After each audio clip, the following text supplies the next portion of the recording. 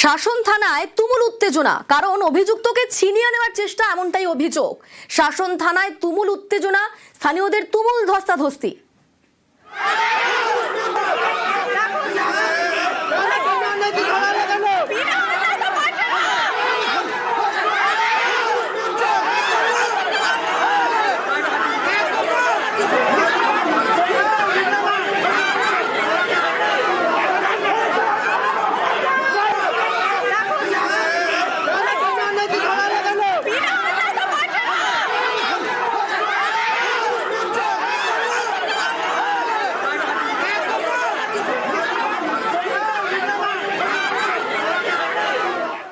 আমাদের সঙ্গে রয়েছেন প্রতিনিধি জিয়াউল।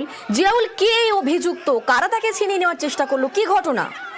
একদম দেখো, শাসন থানার সামনে একেবারে ধুমধুমার কাণ্ড। তার কারণ এক অভিযুক্ত পুলিশ সূত্রে এমনটি খবর, মঈনুদ্দিন, তিনি বেশ কয়েক মাস আগে বোমা মজুতের অভিযোগ ছিল, থানায় অভিযোগ হয়েছিল, পুলিশ তাকে খুঁজছিল, ফলে আজকে তাকে আটক করে থানায় নিয়ে আসে এবং তখনই তার পরিবারের লোকজন তাকে ছিনিয়ে নেওয়ার চেষ্টা করে, এলাকার মানুষজন তাকে ছিনিয়ে নেওয়ার চেষ্টা করে এবং পুলিশের সঙ্গে চরম ধস্তাধস্তি, পুলিশ লাঠি উঁচিয়ে এলাকা ফাঁকা করে এবং কিন্তু এলাকার মানুষ যেটা অভিযোগ, পুলিশ অনৈতিকভাবে ইচ্ছাকৃতভাবে মানুষকে হয়রানি করছে, সাধারণ মানুষকে পুলিশ থানায় তুলে নিয়ে আসছে এবং তার জন্যই এই মঈনুদ্দিন, তিনি সাধারণ মানুষ, তার নামে কোনো অভিযোগ নেই, তিনি আজকে সকালে বাড়ি থেকে বেরোনোর সময় পুলিশ সেখান থেকে গিয়ে তাকে তুলে নিয়ে আসে।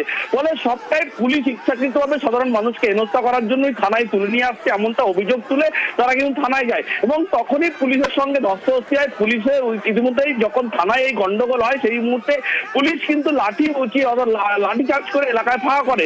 কিন্তু যেটা পুলিশ সূত্রে খবর, মঈনুদ্দিন বেশ কয়েক মাস আগে বোমা মজুতের অভিযোগে তাকে আটক করা হয়েছে, পরে পরবর্তীকালে গ্রেপ্তার করা হয়। কিন্তু এলাকার মানুষ বলছেন মঈনুদ্দিন একেবারে তার নামে কোনো অভিযোগ নেই, পুলিশ ইচ্ছাকৃতভাবে সাধারণ মানুষকে হেনস্থা করার জন্যই মঈনুদ্দিন সহ বেশ কয়েকজনকে আটক করে এবং তাদেরকে নিয়ে আসে এবং তখনই এলাকার মানুষজন ক্ষিপ্ত হয়ে থানায় আসে।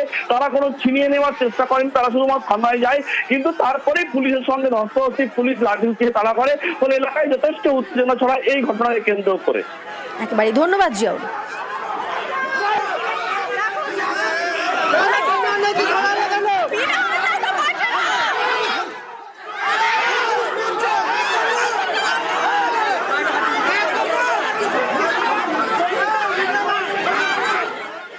সকালবেলা আমার কাকা বাড়ির থেকে বেরিয়েছে কোর্টে হাজিরা দিতে যাবে বলে। এবার উনি বেরিয়েছে বাড়ির থেকে, দাসপাড়া, আমাদের মোড়ের মাথা দাসপাড়া বলে একটা জায়গা আছে, ওইখানে এসে চা খাচ্ছিল।